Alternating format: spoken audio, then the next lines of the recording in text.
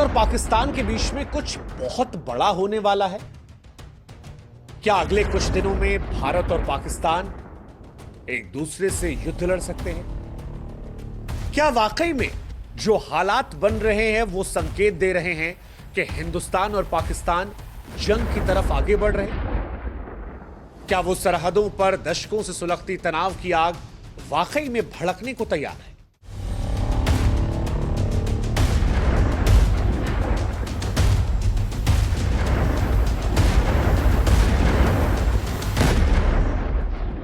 पहलगाम हमले ने भारत को पूरी तरह से झकझोर दिया और उसके बाद जो कदम भारत सरकार ने उठाए वो महज प्रतिक्रिया नहीं लग रहे बल्कि एक बड़े तूफान का संकेत लग रहे हैं। और वहीं से सवाल उठता है कि क्या 1947, 1965, 1971, 1984 और 1999 के बाद भारत और पाकिस्तान फिर युद्ध की कगार पर है? क्या वाकई हिंदुस्तान और पाकिस्तान युद्ध से बस थोड़ी सी दूर हैं? दरअसल ये चर्चाएं इसलिए बढ़ रही हैं क्योंकि भारत की सेना मॉक ड्रिल करने में जुट गई है। सरकार की तरफ से आदेश आ रहे हैं कि स्कूल कॉलेजेस से लेकर अलग अलग जिलों में मॉक ड्रिल की जाए। तारीख तक मुकर्रर कर दी गई। लड़ाकू विमान जो है वो आसमान में गर्जना कर रहे हैं। नौसेना समुद्र में ताकत दिखा रही। बीएसएफ की सीमा पर चौकसी ऐसी है कि मानो चींटी भी पार ना कर पाए। भारत पाकिस्तान को सोशल मीडिया पर डिजिटली बैन कर चुका है। हिंदुस्तान में पाकिस्तान का कुछ भी नहीं दिख रहा।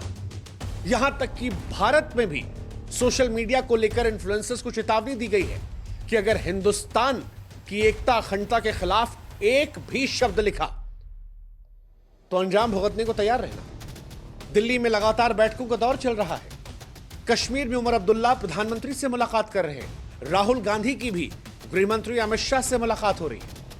और इन तमाम मुलाकातों के बाद यह सवाल उठ रहा है कि क्या किसी बड़े फैसले की तरफ ये मुलाकातें इशारा करती हैं? क्या भारत और पाकिस्तान की सेनाएं अब किसी भी दिन आमने सामने हो सकती हैं? क्या परमाणु हथियारों की छाया में दोनों देश युद्ध की आग में झुलसेंगे? यह एक कूटनीतिक चाल है। इस बार यह संकेत नहीं है। वो जो प्रधानमंत्री नरेंद्र मोदी ने कहा था कि पहलगाम के दोषियों को मिट्टी में मिलाया जाएगा, उसको लेकर यह अंतिम प्रहार है। Say to the whole world, India will identify, track and punish every terrorist and their backers. We will pursue them to the ends of the earth. PM Modi ने कहा कि धरती के कोने तक आतंकियों का पीछा किया जाएगा, उन्हें मिट्टी में मिलाया जाएगा।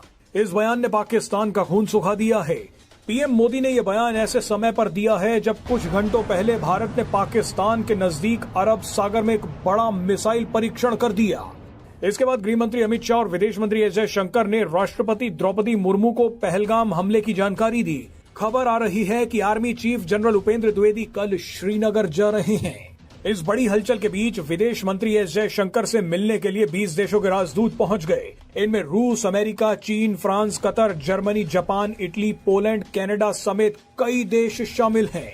रूसी मीडिया तो यहां तक दावा कर रही है कि भारत पाकिस्तान के खिलाफ और भी तगड़ा एक्शन लेने वाला है। विदेश मंत्री एस जयशंकर से मिलने आए इन 20 देशों के राजदूतों को बताया गया है कि पाकिस्तान ने आतंकी हमला कैसे करवाया।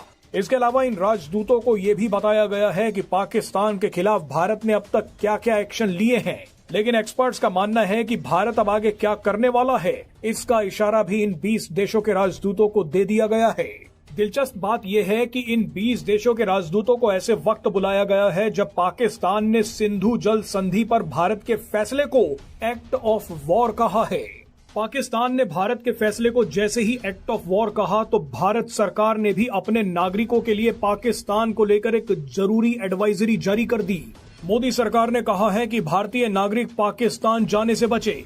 अगर कोई भारतीय पहले से ही पाकिस्तान में है तो उसे जल्द से जल्द भारत लौट आना चाहिए।